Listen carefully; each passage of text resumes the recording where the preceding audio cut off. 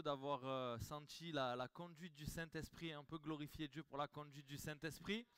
Vraiment, j'ai senti que la pensée de Dieu était là au travers de la conduite de la louange, au travers des dons qui ont été partagés. Il y avait vraiment cette pensée que Dieu a mis sur mon cœur quand j'ai commencé à chercher vraiment ce que j'allais partager avec vous, ce que Dieu voulait que je vous dise. Et le verset qui est revenu, c'était celui où Paul dit quand je suis faible, c'est alors que je suis fort. Et il y a vraiment eu des paroles dans ce sens-là, de ne pas s'appuyer sur nos forces. C'est ni par force, ni par puissance, mais c'est par mon esprit, etc. Et donc je crois que Dieu veut conduire dans cette direction et qu'il y ait une parole pour chacun de nous. Alors vraiment qu'on puisse disposer nos cœurs à recevoir sa parole. Amen. Amen. Dis à ton voisin, quand je suis faible, je suis fort.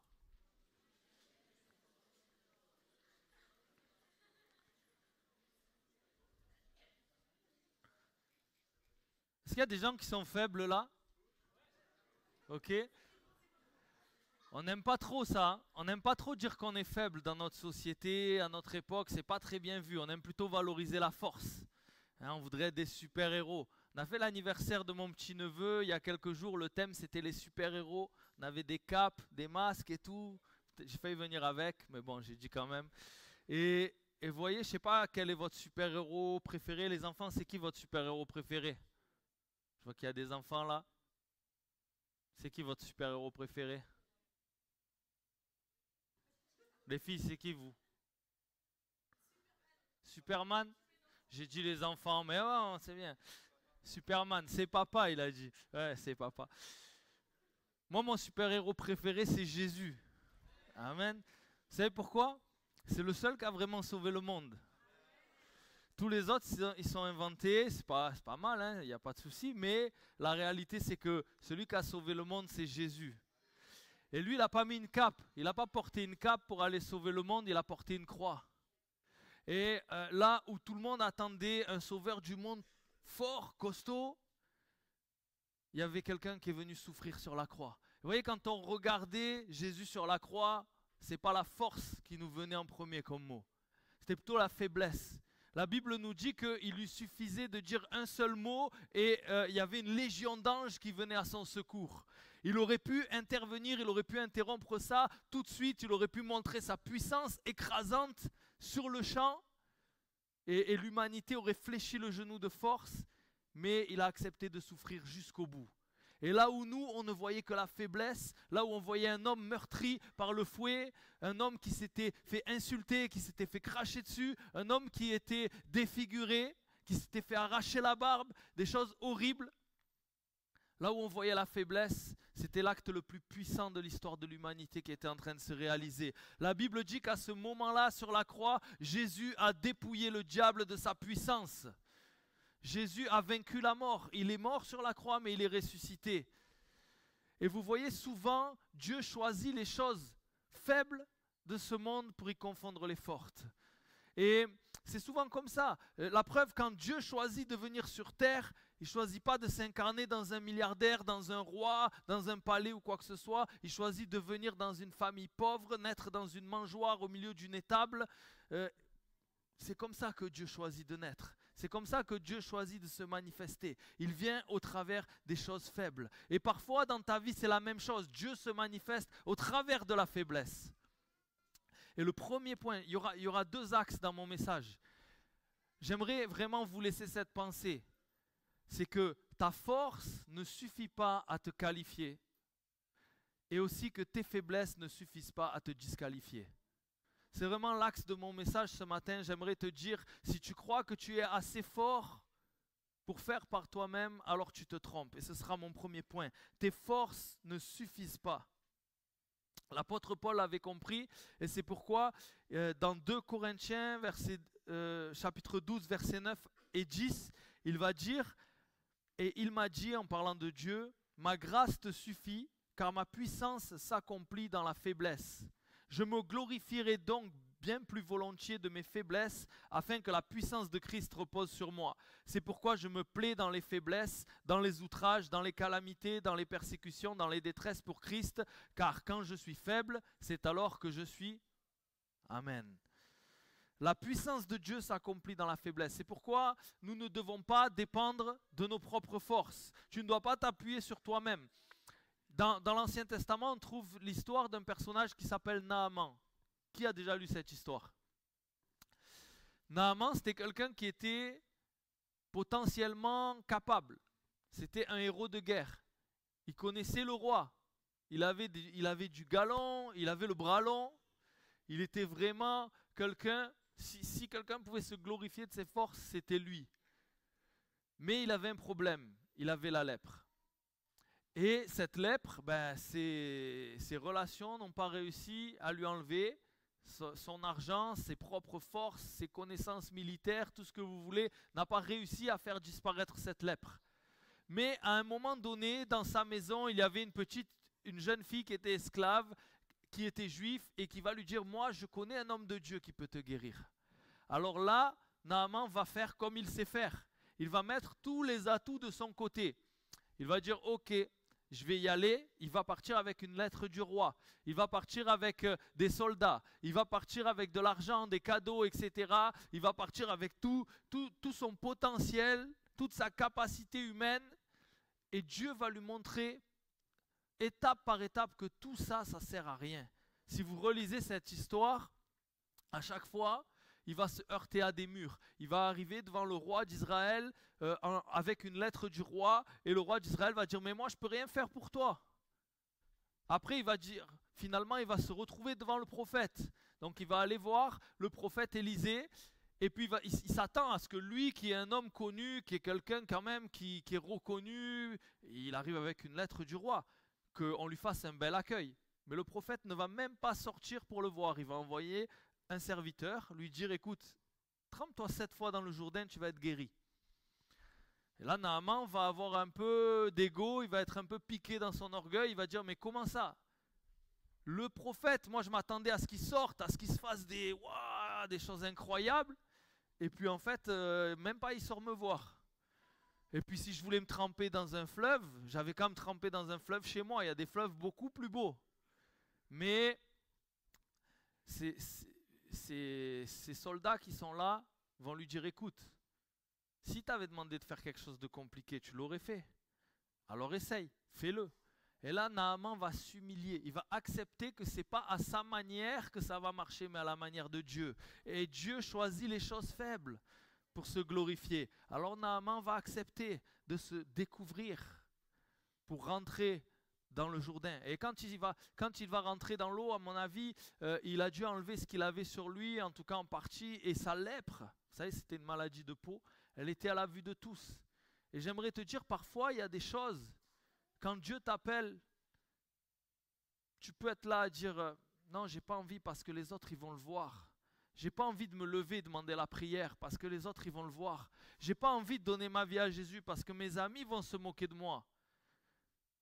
Mais si Naaman avait refusé, il serait passé à côté du miracle. Mais quand il a accepté l'humiliation, quand il a accepté que ça n'allait pas marcher avec sa puissance, mais à la manière de Dieu, quand il a accepté que Dieu avait choisi quelque chose de faible, de méprisable à ses yeux pour le guérir, alors il a obéi à Dieu et le miracle a eu lieu, il est ressorti, il avait une peau de bébé. Amen. Et aujourd'hui, Dieu te dit qu'il a choisi la croix pour te sauver.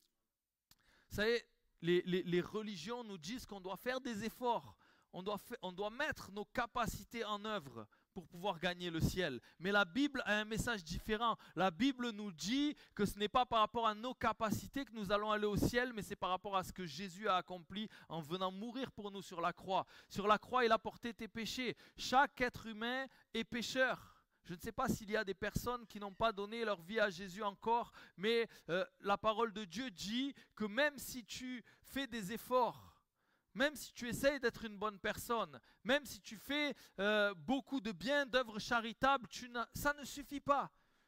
Tes forces ne sont pas suffisantes. Tu as besoin de la grâce de Dieu. Tu as besoin du salut en Jésus-Christ. Le sang de Jésus est beaucoup plus précieux et puissant que toutes les bonnes œuvres que tu pourras accomplir. Et lorsque Naaman a accepté, alors le miracle a eu lieu. Et vous savez, je réfléchissais à ça, mais Dieu est passé au travers d'une petite fille pour parler à Naaman. Dès le départ, c'était quelque chose faible et méprisable, une jeune esclave qui était dans sa maison. Peut-être qu'aujourd'hui, tu te dis, ben, c'est un pasteur vacancier là qui est de passage, qui est en train de me parler. Et voilà, il n'y a rien de particulier, il n'y a pas les trompettes de l'Apocalypse qui sont en train de sonner, il n'y a pas les anges qui descendent là. Mais Dieu parle à ton cœur. Dieu choisit quelque chose de simple pour t'appeler à la vie éternelle. Et c'est à toi maintenant d'y répondre. C'est à toi de dire oui, je vais le faire. S'il m'avait demandé peut-être d'aller à Lourdes, j'y serais allé. S'il m'avait demandé d'aller à la Mecque, j'y serais allé. S'il m'avait demandé de faire 5 prières par jour, je les aurais fait. Mais Dieu te dit, donne ta vie à Jésus maintenant. Alors fais-le. Amen. Parfois on se sent fort et on passe à côté parce qu'on ne réalise pas combien on est faible.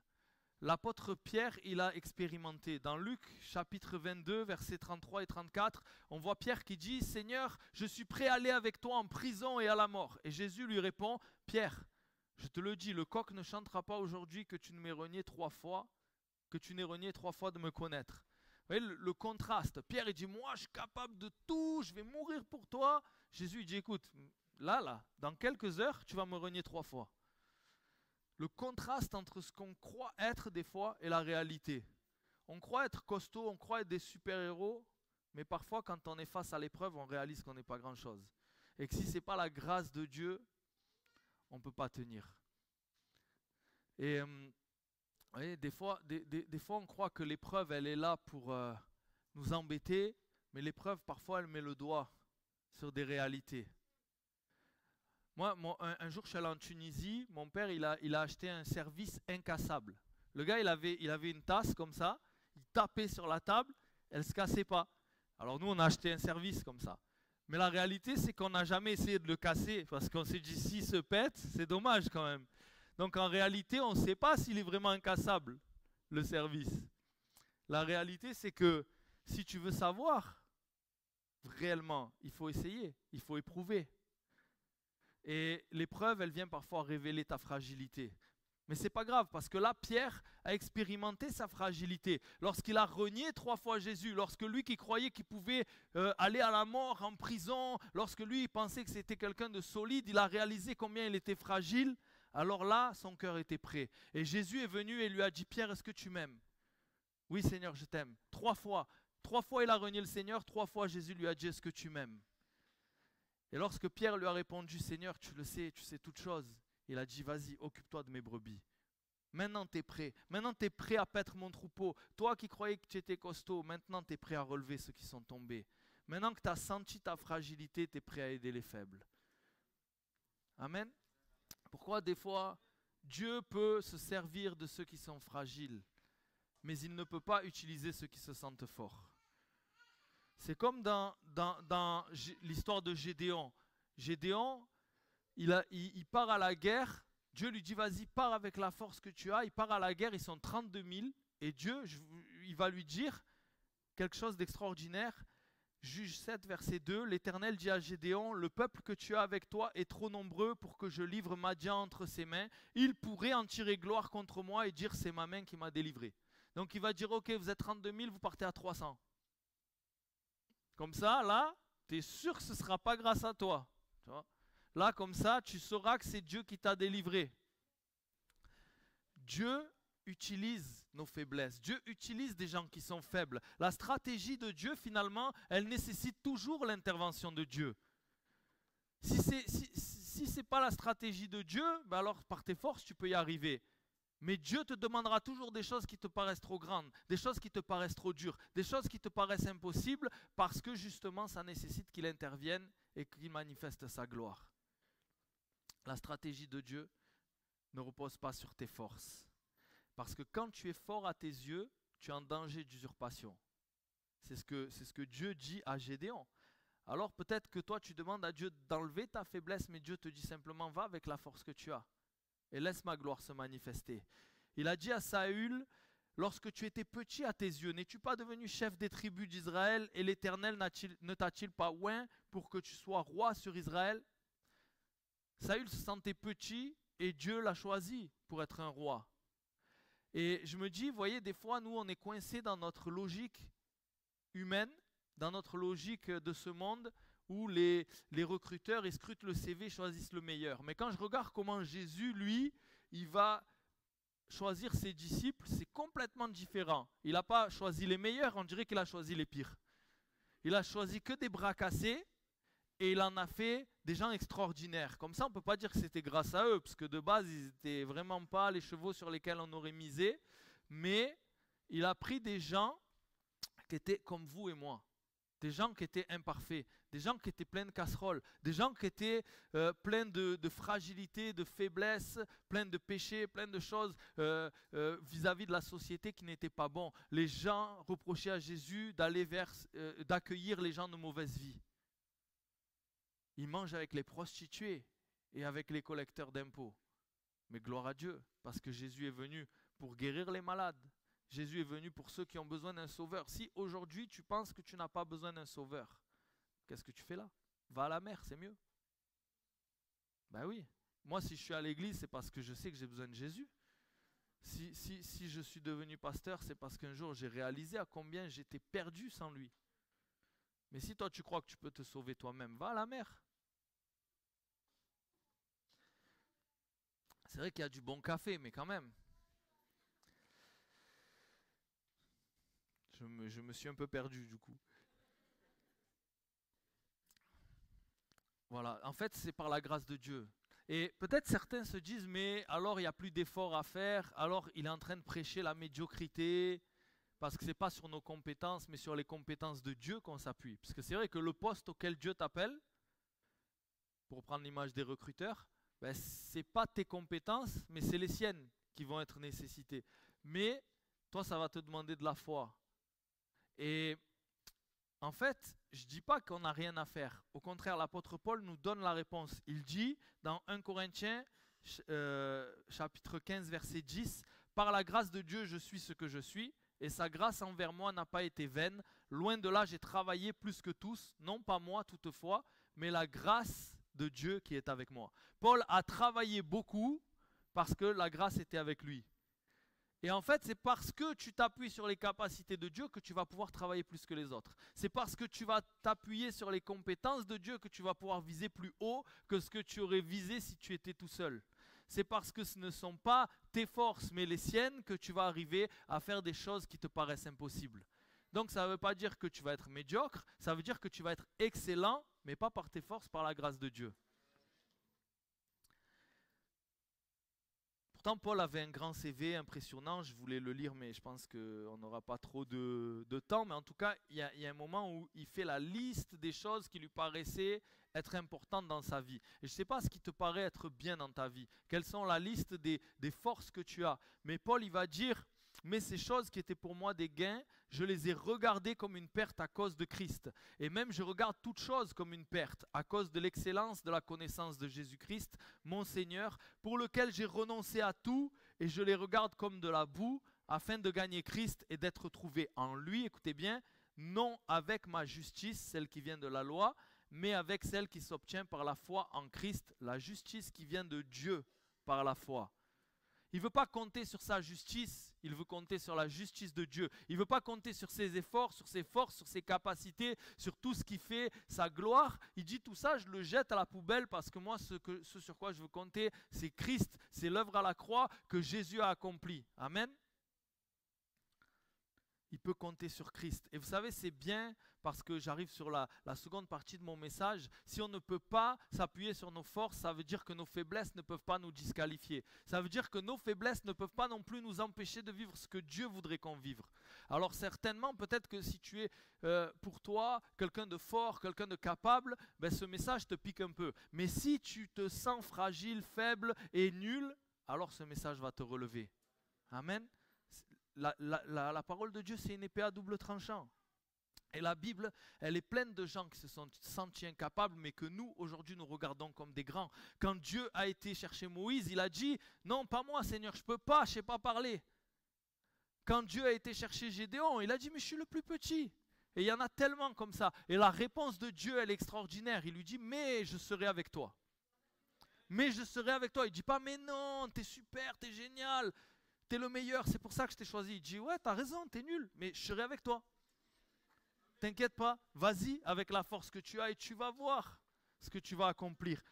Et vous savez, je sais pas, peut-être, bon, il dit pas t'es nul Dieu, hein. Dieu c'est un bon père. Mais vous savez, peut-être que justement ton père terrestre t'a dit que tu étais nul. Peut-être que tes parents ils t'ont rabaissé, ils ont fait des blessures en toi qui font que tu te sens nul. Mais Dieu, il n'est pas comme ça. Dieu, lui, il n'est pas comme ça. Dieu, il dit, t'inquiète pas, je suis avec toi et tu vas y arriver. Parce que je suis avec toi, tu vas y arriver. Vous savez, moi j'ai un petit, il n'est pas là, il est resté avec papy et mamie là, 1 an et demi. Des fois, il a envie de toucher le plafond, il ne se pose pas de questions. Il est comme ça, il sait que, enfin, il se dit pas c'est impossible. Il me regarde, il me fait. Et il veut que je lui fasse toucher le plafond. Et si je ne fais pas, il commence à crier. Donc je le prends et je le mets au plafond. Il ne se pose pas de questions. Il sait que papa il est là et que même si c'est impossible pour lui, papa il va l'aider, ça va être possible. Amen. Et des fois, on manque trop de simplicité. Dieu le Créateur, Dieu le Tout-Puissant, il est avec nous et nous on se dit impossible. Tu sais que quand tu dis je ne peux pas, en réalité tu dis Dieu ne peut pas. Est-ce que tu sais ça? Est-ce que tu sais que si Dieu est avec toi, tout est possible à celui qui croit? Amen. Alors arrête de dire c'est impossible, arrête de dire je suis incapable. C'est vrai que des fois on est là, on se laisse déstabiliser par qui on est. Jésus a dit allez, faites des nations de toutes les, des disciples de toutes les nations. Waouh! Mais Seigneur, j'ai déjà du mal avec ma propre famille. J'ai déjà du mal avec ma propre vie. Qu'est-ce que tu veux que je fasse avec les nations? Seigneur, regarde-moi. Qu'est-ce que tu veux que je fasse, moi? Moi, je suis en train de prêcher devant Rimler Roman, là. Je me dis, mais pourquoi c'est pas lui qui prêche, hein? Je dis la vérité. Mais voilà, Dieu nous demande de faire notre part. Dieu nous appelle à croire qu'il peut se servir de nous comme il s'est servi d'une petite fille esclave dans la maison de Naaman. Dieu peut faire quelque chose au travers de ta vie. Mais à chaque fois que tu regardes à tes faiblesses, quelque part c'est comme si tu dévalorisais Dieu. Tu dis Seigneur, mes faiblesses elles sont trop grandes pour que tu puisses les combler. Quelle est la limite de Dieu? Comment Dieu peut être limité à cause de tes faiblesses?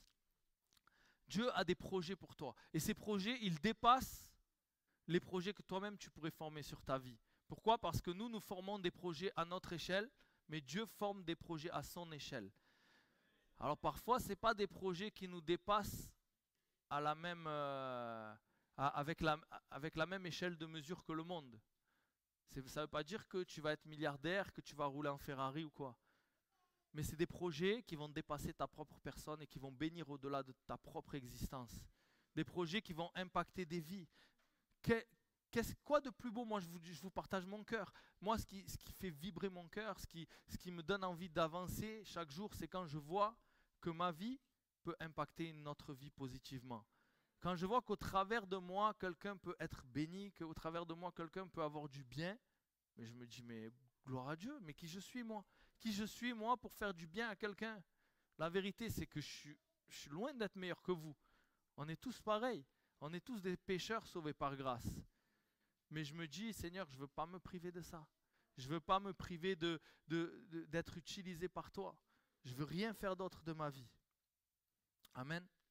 Et parfois, on regarde trop à qui nous sommes et à cause de ça, on n'a pas la vision. On se disqualifie alors qu'on est qualifié parce que Dieu est avec nous.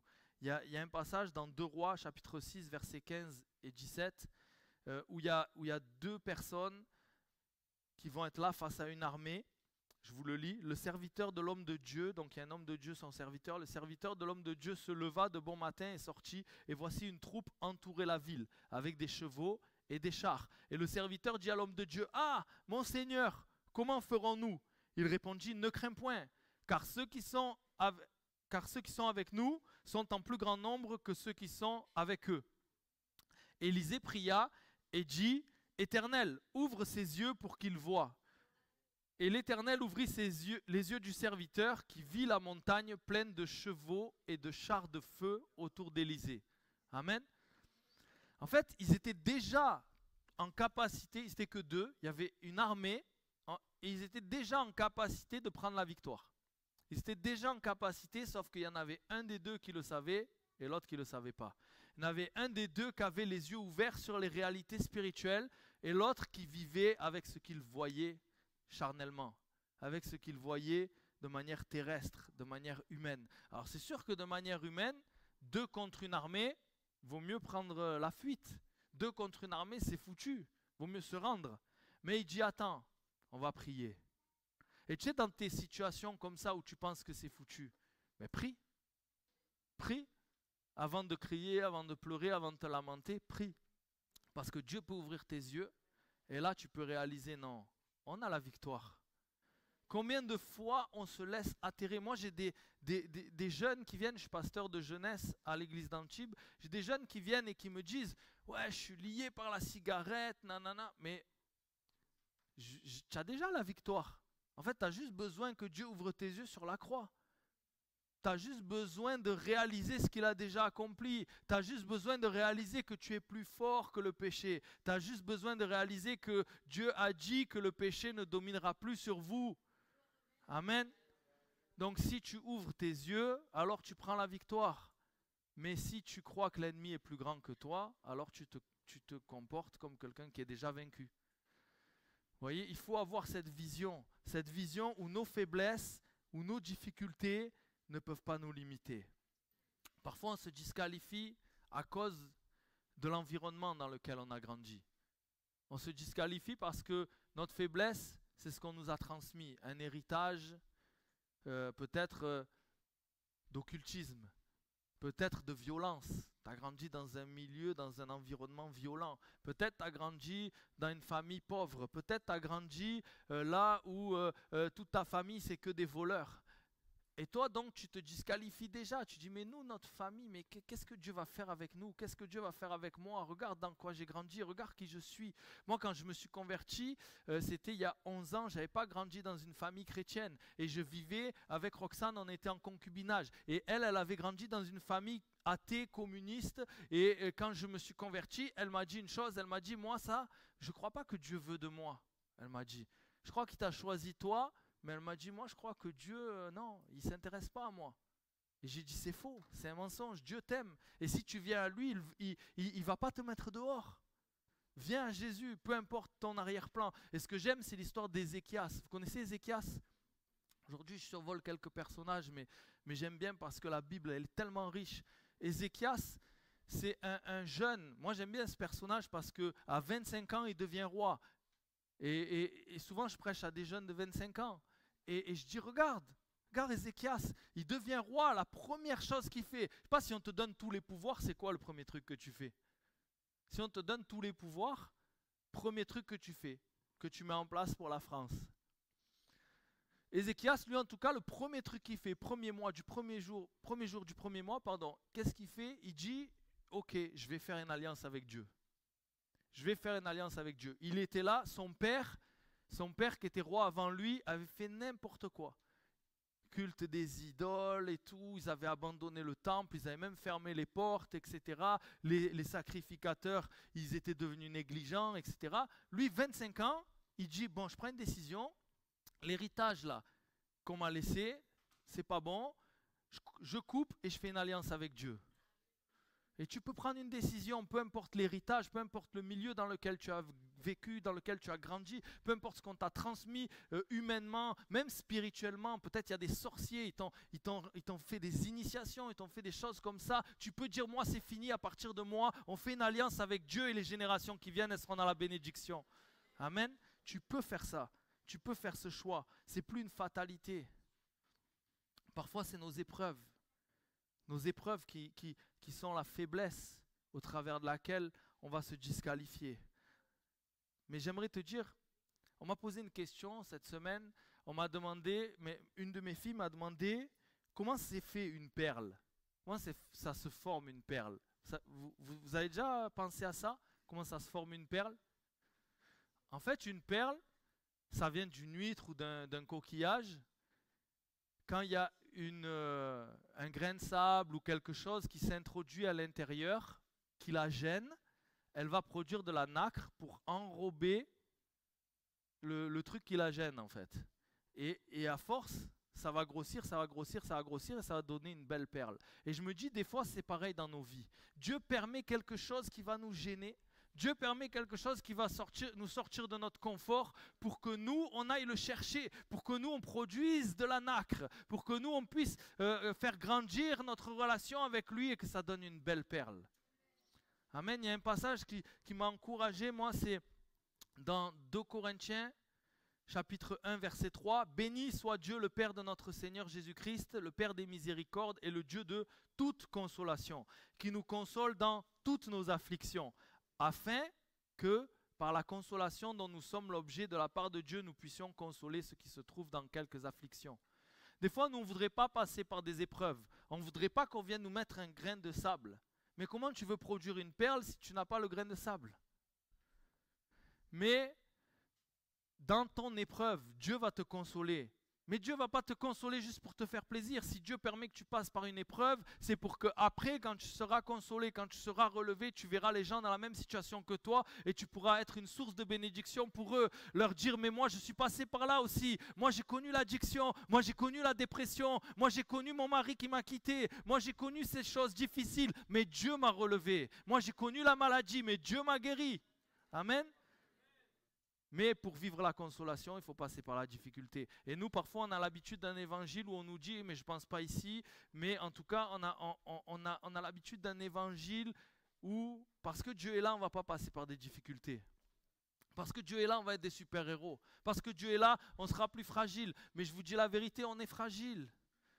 On veut des pasteurs qui soient des superman. Mais ton pasteur, il se repent aussi. Ton pasteur, il souffre aussi. Ton pasteur, il est dans la difficulté aussi. Pas Samuel. Moi, je parle de moi, là.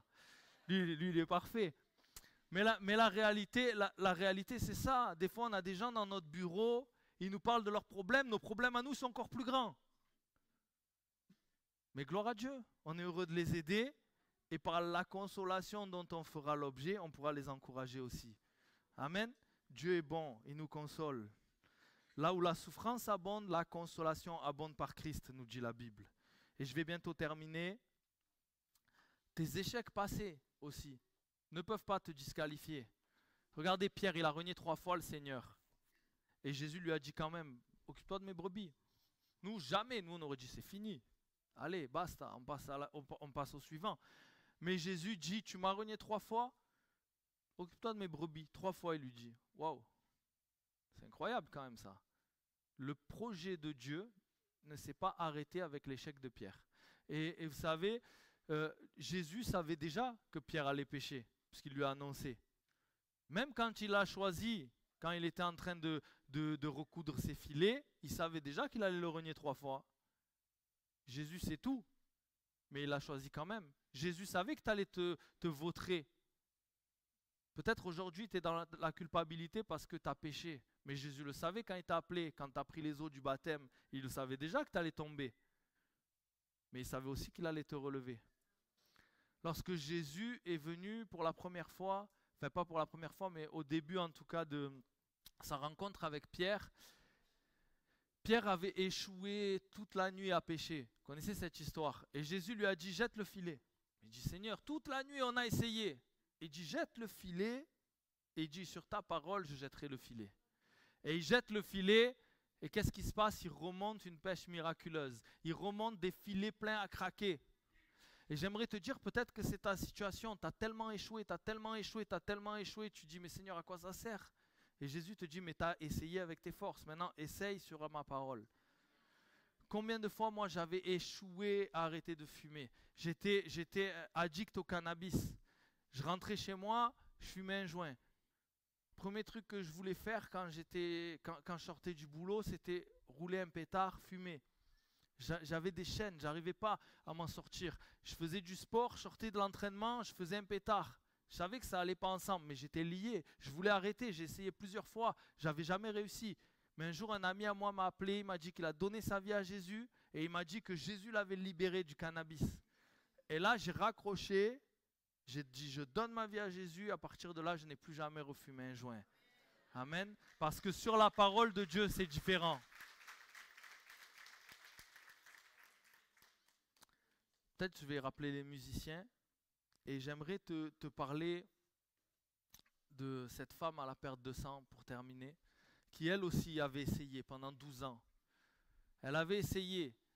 On nous dit qu'elle avait une maladie, une perte de sang, et qu'à cause de cette perte de sang, elle avait dépensé tout son argent. Pendant 12 ans, elle avait essayé de voir des médecins, ils n'avaient rien pu faire pour elle.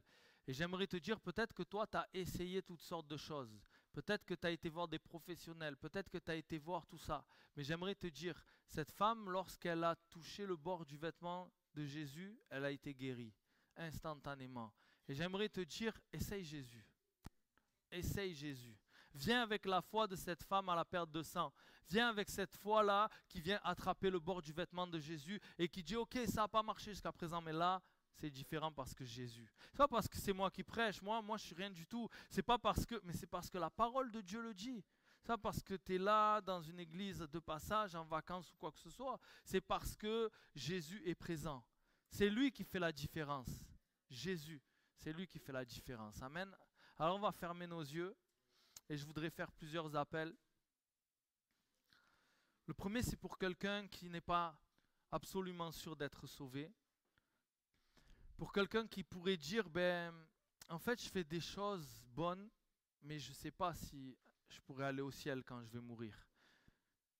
Je suis quelqu'un de bien, mais je n'ai pas encore fait ce pas de donner ma vie à Jésus. Je n'ai pas encore fait comme Ézéchias. Je n'ai pas encore fait ce choix de dire je vais faire une alliance avec Dieu. Si tu n'as pas fait cette alliance, c'est simple. Reçois-le aujourd'hui. Reçois-le. Fais comme Naaman. Dis ok, on m'aurait peut-être demandé quelque chose de difficile, je l'aurais fait. Je ne vais pas te demander plus que ça aujourd'hui. Lève ta main. Lève ta main si tu veux juste dire à Dieu je veux faire alliance avec toi. Pendant qu'on a les yeux fermés, lève ta main.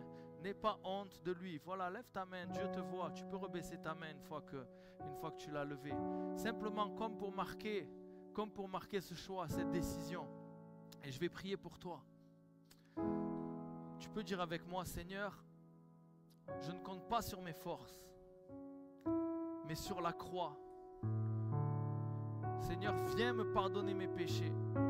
Je te demande pardon et je veux marcher avec toi à partir d'aujourd'hui.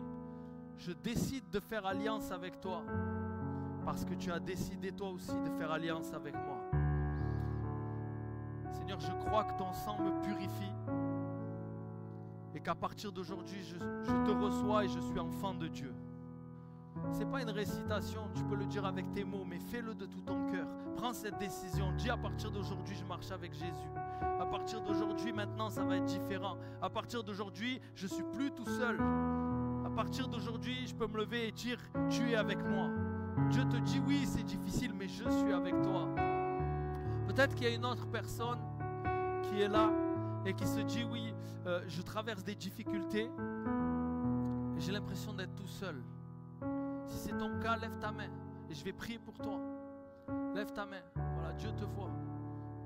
Alléluia. Alléluia, tu n'es pas tout seul. Si tu as donné ta vie à Jésus, tu n'es pas tout seul. Je vais prier maintenant pour toi. Seigneur, je prie pour ceux qui sont dans la difficulté. Je prie pour ceux qui ont besoin, Seigneur, d'être fortifiés, de savoir que tu es là à leur côté. Seigneur, mon Dieu, aide-les dans leurs difficultés. Qu'ils gardent les yeux ouverts sur les réalités spirituelles. Qu'ils sachent qu'il y a un combat, mais que tu les as rendus victorieux. Que la consolation viendra et qu'au travers de cette consolation, ils pourront eux-mêmes encourager les autres. Fortifie-les à partir de maintenant, Seigneur. Renouvelle leur foi. Maintenant, s'il te plaît, Jésus. Fais quelque chose dans leur vie maintenant. Change toute chose. Alléluia. Merci Seigneur. Amen. Peut-être qu'il y a plusieurs personnes qui sont dans des situations d'échec, qui ont essayé d'abandonner un péché, d'abandonner une difficulté, d'abandonner peut-être une relation, mais qui n'ont pas réussi et qui se disent voilà, je suis dans la culpabilité. Peut-être que tu es dans la culpabilité parce que tu es tombé et Dieu voudrait te relever. Si c'est ton cas, lève ta main maintenant et dis à Dieu, voilà Seigneur, je veux me repentir, voilà. Seigneur, je veux réessayer. Peut-être que tu as perdu espoir dans un combat, dans une maladie, dans une difficulté. Lève ta main, je vais prier pour toi. Seigneur, tu vois ces personnes qui lèvent leurs mains. Je prie maintenant que tu puisses, Seigneur, les fortifier dans leur foi, les aider, leur donner la victoire que tu as déjà accomplie à la croix, qu'ils puissent s'en saisir, Seigneur mon roi. Je prie pour que les péchés qui sont là et qui perdurent depuis trop longtemps, Seigneur mon Dieu, soient brisés maintenant. Seigneur, que tu leur donnes ta victoire au nom de Jésus. Merci Seigneur. Merci Merci, nous croyons, Seigneur, que ta parole est la vérité. Ce n'est pas sur nos forces que nous nous confions, mais c'est sur toi. Et Seigneur, nous savons que tu n'es pas un homme pour mentir. Et que tu vas venir, Seigneur mon Dieu, agir dans leur vie. Merci, Seigneur mon roi, parce que nous allons voir du progrès. Merci parce que nous allons voir des victoires, que tu puisses leur donner la foi qui s'empare des promesses. Au nom de Jésus. Amen.